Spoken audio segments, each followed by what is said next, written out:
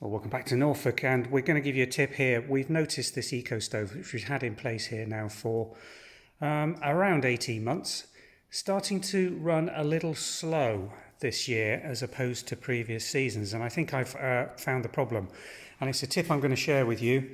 This one is externally vented, which means we've got a specific air supply coming up through the floor here. Had it put in as when the barn was built to allow it to basically burn cold air sucked in from the outside rather than warm air from inside the building. But we've removed the tube from the back, and what I've done is just put a little torch into that back air pocket. But what I found is that is completely blocked up with ash, which I think is why this stove has been having to have the ashtray opened continuously to get going, and even then when we close it up it just smoulders. So let me show you what the problem is. If I go around to the front, looking down through where the ashtray sits, you can just see that torchlight starting to come through at the very back of this compartment. Now what I'm going to do is get a hoover in there and clear that out, because I suspect this is completely obstructed by ash that has just accumulated in that opening, and we want to completely open that up and let the air flow through it. So let's get a hoover in and see if we can suck this clean. Well, and there you can see the round opening at the back now completely cleaned out of ash with the torchlight. I have to partially obstruct it so that the camera works. Let me go and switch the torch off, and then we should be able to show you, hopefully from both sides, what that opening should look like when it's not blocked with ash. There we go, looking back through from the rear. And if I come round,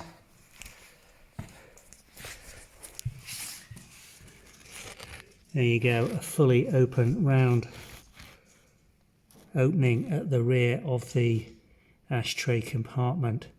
And I think what's happening, because the ashtray on this design, let me just show you this, is open at the back here, makes getting the ash out very nice and easy. You can use it almost as a scoop, but every time you're doing that, I think you're pushing, if there's excess ash in this compartment, back down that tube, and it's just blocking up completely. So let's relight this stove, get it set up, and just see how we go today.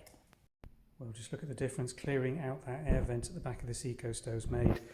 It's been going now most of the day. It's burnt off most of that horrible oily residue which had been building up on the furnace side of the glass. I think that's all going to wipe off really nicely tomorrow morning, because it's got such a good heat up.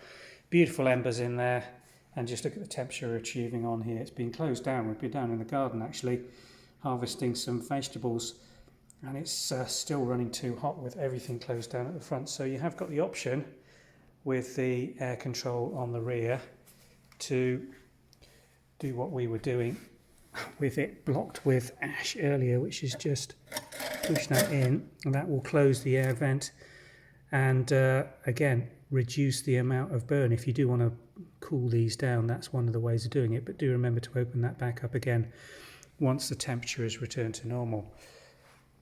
We're going to let that burn down until the temperature does come down to best. You need to refuel these things really when the embers are still glowing and got some decent heat in them, but there's no actual flames left. That's the ideal time to gently open this up, and the trick to operating this is to close everything down, then open the door very, very gingerly and slowly, and that way you reduce the amount of smoke that comes out when you open the front door. Is a problem with this design because it's got such a convoluted flue system to heat this stone block up. If you open the door too quickly, you bring an awful lot of smoke into the room. And the tricks we've learnt with that is to get it burning well, dry wood, and to open the door really slowly when you do so. So I'll be hoovering out that rear air port vent that I know now is at the rear of that ash box, with my maintenance that I do regularly on this stove, which is to remove these side round portholes and get the hoover right into there when it's completely cold, obviously, and to remove all the ash residue from around the innards of this stove.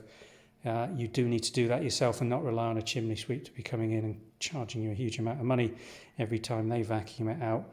I do that about once a month to once every 6 weeks, depending on how much we're using this stove. Obviously, no fixed time frame with having to do that. Depends on what you're burning and how much. We tend to keep this going for most of the winter. I light it each morning, keep it going right the way through to about 8 or 9 o'clock, and then it gives out a beautiful amount of heat overnight and keeps this rather huge and cavernous barn conversion. Just look at it. 90 square meters. I don't know what the volume is. Absolutely huge area here, but it heats all of this. And if the cottage door's left open, then you can see that in the distance just to the side of the coat rack.